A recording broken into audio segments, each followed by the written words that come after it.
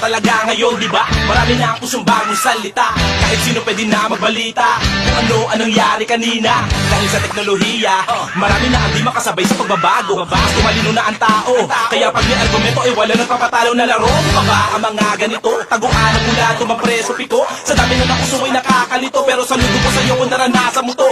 Paano ba lahat ito? Manunumbalik, ultimo ang panahon, parang magic. Kaya tayo di maiwasan na magalit, pero kahit na ganon, masaya pa rin kahit Iba na talaga, pero salamat